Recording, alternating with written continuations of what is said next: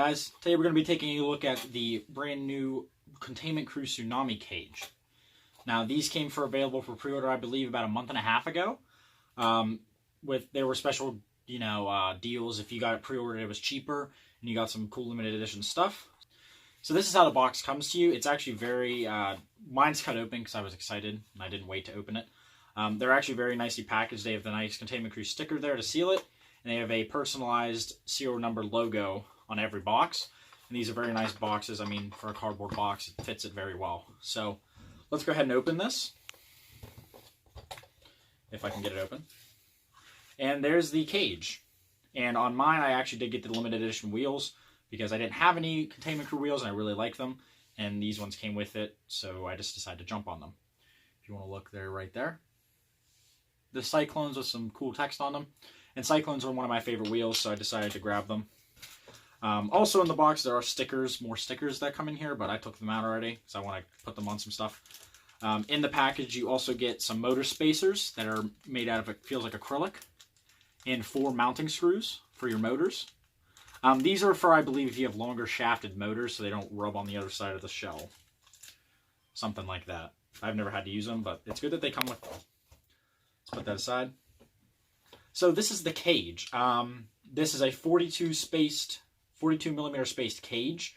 It's aluminum, and it feels very different from other cages. I mean, it looks different too. It's more of a matte metallic finish instead of a shiny. I don't know how they got that finish, but it's very, very nice. So up here you can see the Containment Crew logo and the Tsunami. And I got another cage that is serial number 43 because it's my favorite number. Just like my Nix cage is in my laser strife right now. This is almost done, guys. Number 43. I do like my cages, if they can be numbered, to be numbered in that number. And they look very nice. And you could also get some personalized serial numbers on there. I actually got PricklysNerfMods, of course. So design-wise on the cage is full metal, like I said. It can mount normal 130 motors, or it can actually mount some brushless motors. I don't know what types. I'm not a big brushless guy.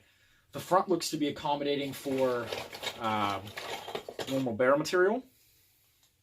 Yes, it does. It slips right in here. So that's really good for your strikes and rapid strikes, so that can just slip in there without moving. And it's good for ammo counters, so this has a barrel to mount onto. So the cage is metal. It does feel light. It doesn't feel like pot metal, but it's not as heavy as, say, the Nix cage, which is actually pretty heavy, or as heavy as a DRS cage, which is very, very heavy. I know it's aluminum, but this is a very simple cage. Now, the design is amazing. It looks really nice, all these nice curves. So this cage looks very interesting because it looks like a minimalist cage, which pretty much is you have only the material you need to make the cage work. All these slits are out, it's nice and curved. I think that's where they got the name Tsunami, because of the big wave in the middle. With something like the Nix cage from Drac, open this bad girl up real quick. It is completely encased on both sides, and it has a bunch of material. That's why it's so heavy. It's solid aluminum, and it's very, very heavy.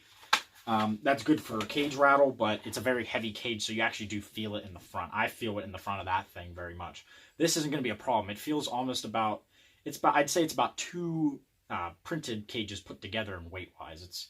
But it still feels very solid. Like I'm not going to be able to rip it or torque it or bend these without punching a hammer through it or something like that. So overall, my first opinions are very nice looking and solid cage. The new design is pretty unique, and I like it a lot.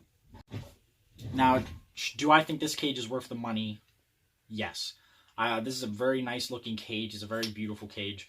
The curves are very elegant, and they actually make it more unique than other blockier cages like Workers, the Nix. DRSs, some of them are even very blocky, but not a lot of them. This nice revealed look to give you a really good look at your wheels is actually very unique. Not a lot of cages do that. Even something like a stock cage, it's all flat, and then only the sides are out. But like when you're putting it in a blaster to see, say for this, you have the nice Nix logo on the back here. On here you have custom name engraving.